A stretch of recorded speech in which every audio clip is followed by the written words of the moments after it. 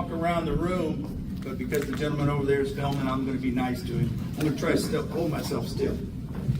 So I'm one of your county officials. I'm not here to tell you how to vote. I'm just here to give you some perspective on why it was important for your county to put this before you to help us meet these challenges that faces us today. I can tell you that 30 years ago, when I joined the sheriff's office, there was 33,000 people in Lincoln County. Today, there's 66,000. So there's enough people that have joined our community since then that you can start down at the arch, they can hold hands, and they'll make it all the way here to Lincoln County. Now, we don't want them to do that because there's more people be following. So Lincoln County is a safe place. It's a wonderful place. I'm particularly biased to it because I was here my whole life. But also what I hear from the people that just got here, guess what they're saying about Lincoln County? Lincoln County is a wonderful place. And the reason it is because of the blood, sweat, and tears of the people that serve this community. There's a lot of people that's doing noble service as teachers, as firemen, as ambulance, as police, and sheriff's deputies. So what this is about is for our community in Lincoln County to fairly compensate our sheriff's deputies and provide them with a wage that is competitive. Now, when we say competitive, what does that mean? Well, I can tell you I was a City of Troy police officer as much as I was a sheriff's deputy. My career is split between the City of Troy and your Lincoln County Sheriff's Office. And I can tell you that when I left the Sheriff's Office the first time, I went to the City of Troy, and it was a tremendous difference. I had great benefits in terms of salary or insurance and retirement, and my salary was far greater than it was just as a sheriff's deputy. But I went from serving a population of 33,000 people in 640 square miles with 4 deputies to me and Raymond Floyd, 2 of us, with 10 square miles to worry about and about 7,000 people. You see the difference. And then what's today the difference between the City of Troy? The population of the City of Troy has changed. It's doubled as well. They got 5 police officers on the City of Troy. They're all starting at about $60,000. That's starting salary for a police officer in the City of Troy. They got great insurance. They got great retirements, and justifiably so, they should have. I appreciated that. My family appreciated that when I worked there. It's no accident that 3 out of the last 5 sheriffs of this county have come from the City of Troy. Because at the City of Troy, we believe that what affects Lincoln County affects the City of Troy. So we go to the sheriff's office to help the situation. We certainly do with all our heart. What the sheriff's deputies are doing, they also have now, we started with 4 30 years ago, we got 5 now, 66,000. So it's doubled in population, but yet we've only added 1 to the patrol. One thing else we're doing for the community that we didn't do 30 years ago is that we have at least 1 sheriff's deputy in every 4 of the school districts in Lincoln County. During the daytime, any given day, you have 5 police officers in the City of Troy, and you have 5 sheriff's deputies in the schools of the City of Troy. So half the law enforcement in the City of Troy is your sheriff's deputies. Protecting the most valuable resource we have is our children. And I think that's important. You know what the sheriff's deputies are starting out at? $47,000. We are a Class 2 county, Warren County, that has passed the tax that we're asking for. They're starting out at $60,000. Their corrections officers are starting out at $45,000. You can go and work in the jail in Warren County and almost make by $2,000 as much money as the sheriff's deputy here is in Lincoln County starting out. Now, I don't know if you have a problem with that, but it just seems some imbalance. We ask why we are the last county in the St. Louis metro area to pass this level of tax. Even Pike County, who's just outside the metro area, has passed this tax. So Pike County is funding their sheriff's office twice the rate that we are here, just like Warren County is. And you ask, why doesn't Montgomery County have this level of tax? Because there was more people in Montgomery County 50 years ago than there is today. They're not growing. The fact that we are growing in some ways is really good. And some of you would agree with me that sometimes it's bad. All right? But that's the challenge for all of us to accept as a community. That's what a community is. I tell people, taxes is a 4-letter word that's so bad it takes 5 letters to spell it. I don't want to be up here telling you that. Nobody wants to ask you for more money, but we as a community have to figure out How do we meet these challenges? How do we fairly compensate sheriff's deputies that are certainly doing the work out there for us when they're serving a population on the unincorporated areas alone is larger than the population of Warren, the whole of Warren County. That's the difference. But yet, you can go to Warren County and serve less people in a smaller geographical space and make far more money. So that's what we're talking about on competitive wage. I have a short amount of time. Some of you have seen the PowerPoint that I'm trying to explain why it's important. The city of Troy, their budget is $4 million. Guess what? Guess how much our taxes are that we support our sheriff's office? About $4 million. City of Troy has 32 employees. We have 85. How do we do it? We do it poorly. We've been doing it poorly for years and decades at the sheriff's office. This tax is meant to fix that problem and meet the challenges. We said the federal inmates, when I was a young police officer, when I went from the city of Troy back to the sheriff's office the second time, because Dan Torres, who was a Troy city officer, became sheriff, and he said, please help me help us. So I did. I made a tremendous sacrifice for my family to leave the city of Troy, to go back to the sheriff's office just to help this community. We made the decision at the time to start housing federal inmates. We went into business with the federal government to offset the cost so that we don't have to use that word taxes. It did work for a few years. It did get better. But we knew in 2010 when we lost that contract, we went from over 50 deputies to 37 deputies, and every deputy that worked there had to take a pay cut because the money went away. John Cottle became sheriff, and he's fighting that fight, trying to get those numbers up. And they actually got to the point that jail was only built for 120. We actually repurposed space, and there's 212 beds in there today. But at the time he was sheriff, at the maximum, there was 260 inmates in that jail.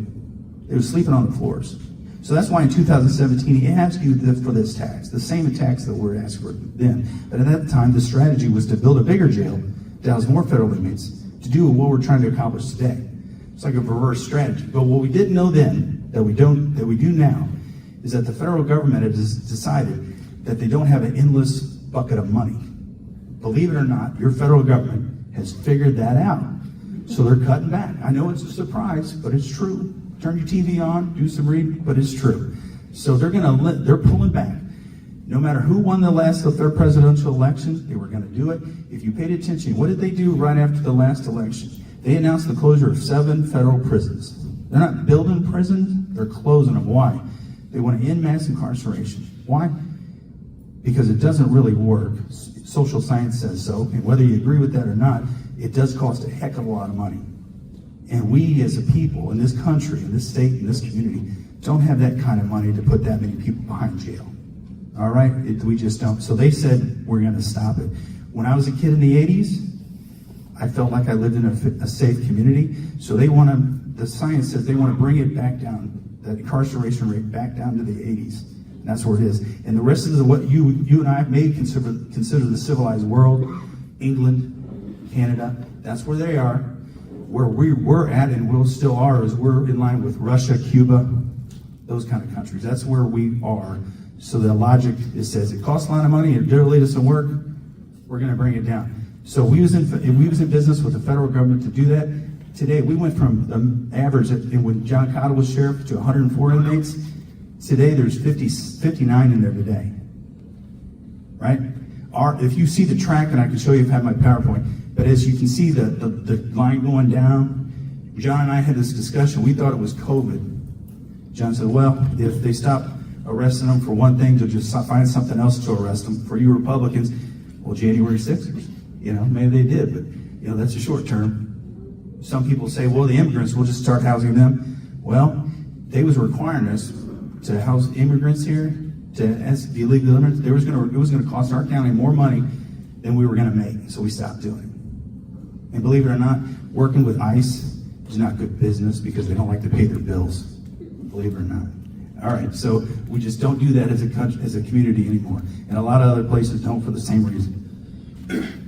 But I know my crowd, I know my group, and I want to treat you special. So I'm going to show you something. If I can get this done without getting upset, I'm I'm going to pick some scabs. But I'm going to show you something I've never showed anybody before.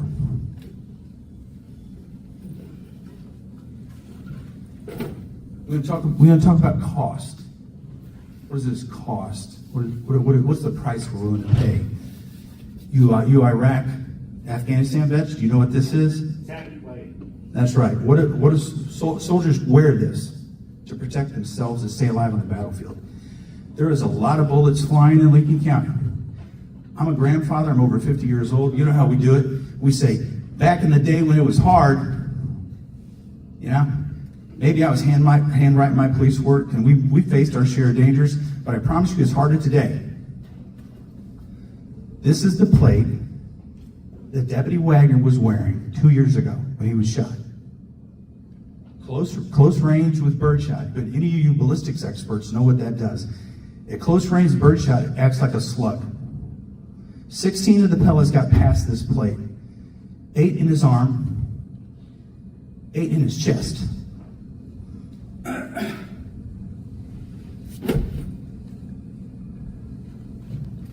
One fraction of an inch from his heart that would have killed him.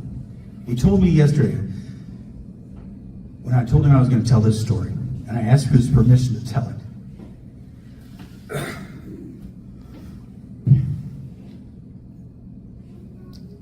He said when a doctor looked at it last week, the doctor said, "You were very lucky." And I don't know if you have Jesus in your heart, and I don't know if you believe in miracles, but we didn't pay for that. You and I didn't pay for that.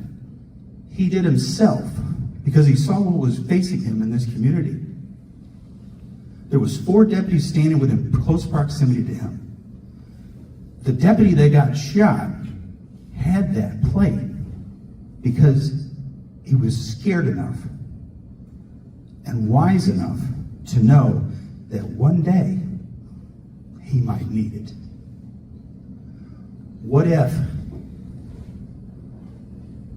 one of the other deputies was shot? See that deputy back behind you? She was behind him.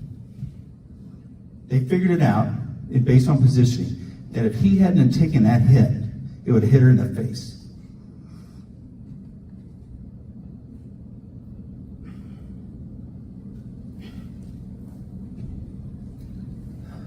I've buried 3 deputies.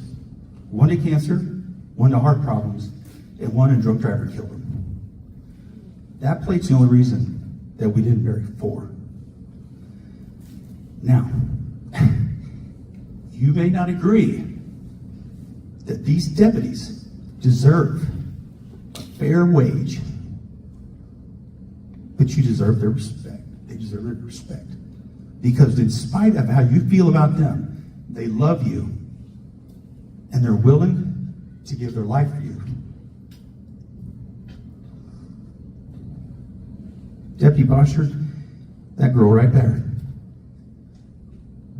2 life-saving medals. Medal of Valor. And she's a single mother with 2 kids. If we don't owe her a fair wage, I want you to join me and at least give her a round of applause because we owe her that. Thank you.